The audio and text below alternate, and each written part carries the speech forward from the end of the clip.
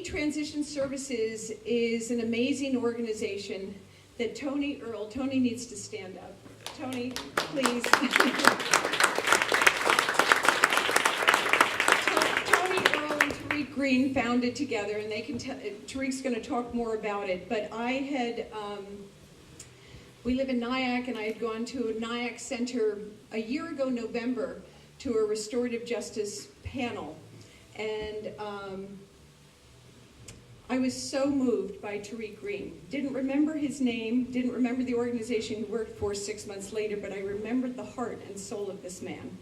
And that was the beginning of an amazing friendship that I'm just so grateful for. You speak of truth, you shed light on the institutional racism in this very dysfunctional prison system we have in our country.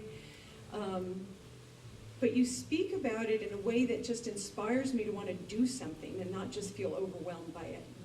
And I'm just honored to call you my dear friend, Tariq Green. And I want to say thank you to the musicians who will be performing tonight, two of whom I've heard already. And they touched me so deeply. I'm sure they're going to do the same thing to you, but they touched me so deeply that it was a must that I do something in the future with those musicians, with those artists, because I just felt such a connection to them when I heard them sing. And so this is such an honor and a blessing for me. And of course, thank all of you who came out to support, to show support to such a important cause, at least important to me and Tony and others. So thank you. Yep. So as Jeff said, my name is Tariq. For those of you who don't know me, my name is Tariq. I am the Deputy Executive Director and co-founder of M.A.D.E Transitional Services, along with my Executive Director, Tony Earl. And M.A.D.E is an acronym. It stands for Making a Difference Every Day. And one of the reasons why we chose that name, and one of the reasons why it's so important to me, is because one of the things that Tony and I seek to do with whatever time we have left in this life is to make a difference every day. We're both formerly incarcerated. I've served 21 years in New York State Correctional facilities, from maxes all the way to maxi-maxes. So I've kind of run the gambit of New York State Correctional Facilities. And in that time, I've met hundreds and literally thousands of men, many of whom are incarcerated for crimes that they did not commit. Many serving 10, 15 years, some serving life for crimes they did not commit. Some of those cases we hear about. It gets sensationalized in the news, and we hear about someone who served 15 or 20 years for a rape, for murder, and then DNA evidence 15, 20 years later determines that they actually did not commit the crime, and then they're released, and they may receive millions of dollars, or maybe not. The point is that they are released after serving so much time. How many of us heard cases like that? Yeah. Exactly. So I would like to venture to say, for every case that you've heard like that, there's at least 10 cases exactly like that who you have not heard about. Their cases are not overturned, and they are still serving the time for crimes that they did not commit. And so, and many of those men, and women as well, but many of them are not lifting weights and playing basketball, and many of them are not destructive. Many of them are receiving undergrad degrees. Some are receiving master's degrees and other skills, vocational skills, and some of them are just making a difference where they are. You'll see them in the yard doing gang intervention in prison. You see them in the yard explaining to men who are about to go home how they should cherish being home and become good fathers and become good husbands and good brothers and good sons. So they're still dedicated to making a positive difference every day. And so one of the things that Tony and I decided when we were released from prison is that on a personal level, if we weren't going to dedicate our lives to making a difference every day, then we had promised to trade places with someone who will. Go back in, let somebody else out instead of wasting space and wasting time, right? Make your life count to the best of your ability. And so we decided that, you know, we would do something personally to combat some of the injustices that people still are faced with. So let's take a case as one I've just explained of someone who actually served the complete sentence for a crime that they actually did not commit. And even those who did commit their crimes, once they complete their sentence, now they're home. And one of the things that you do when you are incarcerated, if you are of sound mind, one of the things that you do is you want to go home. You don't want to stay. Everything you do is based on and in preparation for the day that you're released. And many people serve these sentences, and then once they are released, they have this excitement, this spirit. How many of us know people who have come home from prison? And don't they look good all the time, right? They're nice and healthy looking. They got a shine to them. They're excited, of course. They're happy to be home. And we see this all the time. They go out to look for work, and they're denied. They go out to try to get back in school, and they're denied. So everywhere that they turn to try to get their lives back on track, that denial, you'll see it after maybe a month, maybe 2 months. You'll see the shine start to disappear. And you'll see that the shoulders aren't up anymore and they're slagging because they're being beat down slowly but surely. They're being beat down. They still have to survive and they still have desires. Believe it or not, people who serve a lot of time in prison don't come home dead. They come home alive and they still have a desire to be men, to be fathers, to be important in their area, in their community, in their families. They still want that. And so as they go about trying to get their lives back on track, and they're denied for, and sometimes for the most menial, ridiculous of reasons. They know that they're qualified for whatever position or whatever it is that they're trying to get. They know that they're qualified for it, but yet and still they're denied for some ridiculous reason, right? And so what Tony and I decided to do was to advocate. And so we've made it our business to touch upon that with the employees. And in fact, Tony and myself and our new partner, who I love immensely and dearly, please take a stand, Elizabeth, just for me one time. And give her a round of applause. And I'll tell you why. Awesome woman. Awesome woman. She just, I mean, very, very rarely do we get to meet angels in our time, and I'm definitely positive that Elizabeth is one. Deb, you have to be like the chief of angels that I have met in my lifetime. But Dr. Elizabeth Speck came to us with a curriculum that she had when we expressed to her that we wanted to create a new curriculum for employees, to train employees how to work successfully with people who are formerly incarcerated. So we're moving along those lines because what we seek to do is make that difference every day. Our programs are free to all of our clients. They never pay for our services, and our services include job readiness training, cognitive behavioral therapy training, because we want to challenge mindsets. We want to challenge how you arrive at a particular decision with our clients. What we find is that one of the things that keep people in and out of prison is making the same decision in the same circumstance over and over again, right? And so we seek to change that because it can be done. Tony and I both are living examples of the fact that it can be done. We have clients who have come home and didn't have simple things like identification. It's very hard to get identification if you don't have the points that you need. And so we've had clients who've come home and didn't have clothes to wear. Thank God that for again, the chief of angels, that Tony and I were able to give suits and to give clothes to people as they come home. Sometimes not even for job interviews, just to wear, simply stated. Especially for the women. A lot of the girls who come home from prison have absolutely nothing.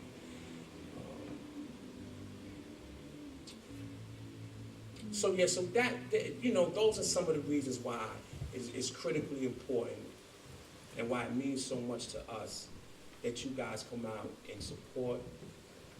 Because without people like you and Deb and many others who are, everybody is not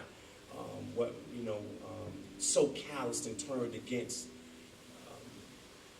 people of lesser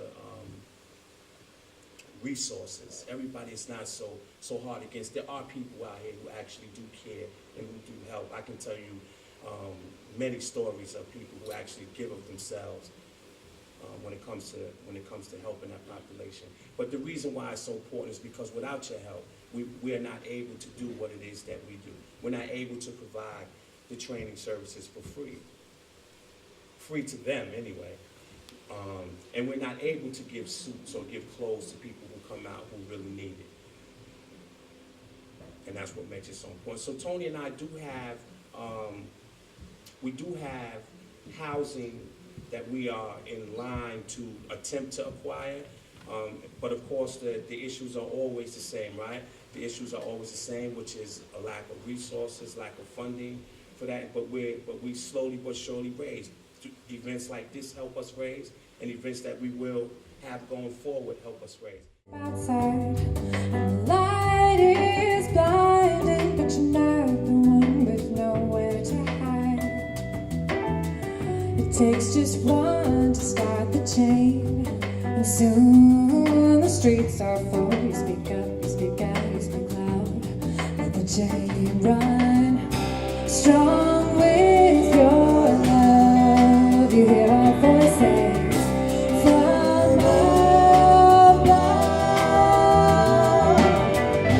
Stand tall in darkest nights.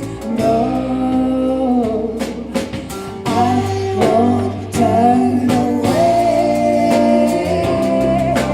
I won't turn away. I won't turn away.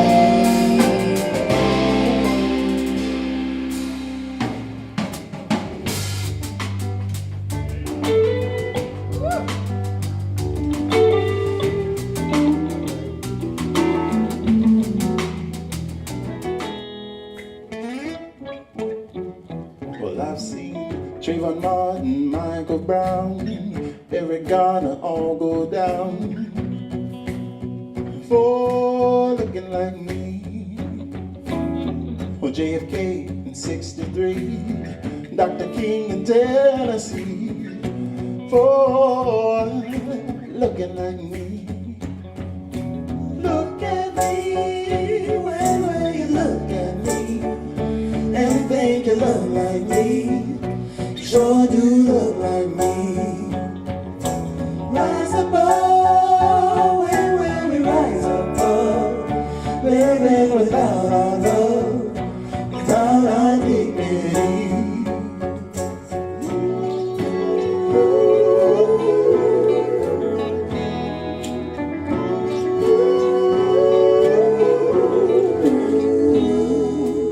I hear the people say, We need her, there's another way. we need her. A heart here never healed a heart. And every time I think about it, I think out loud. Freedom ain't fair and love ain't cheap. Well, that's why every day I get a little taller. Out there in my rear view smaller. Again for dreams that they sail away.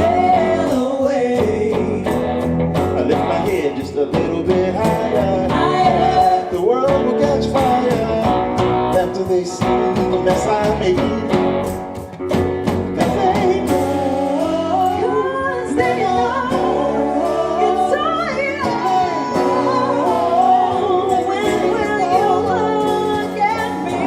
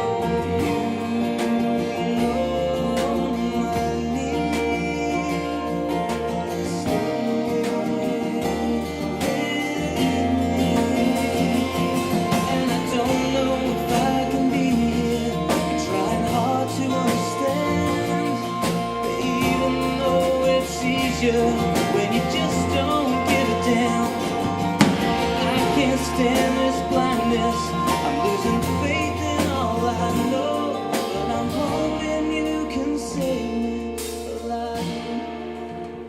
But he can't. Knocking me down, I end up right down on my knee. Oh, it's been a hard time living, but I'm afraid to die, 'cause I don't know what's up there beyond the sky. It's been a long time coming, but I know a change is gonna come, because it has to.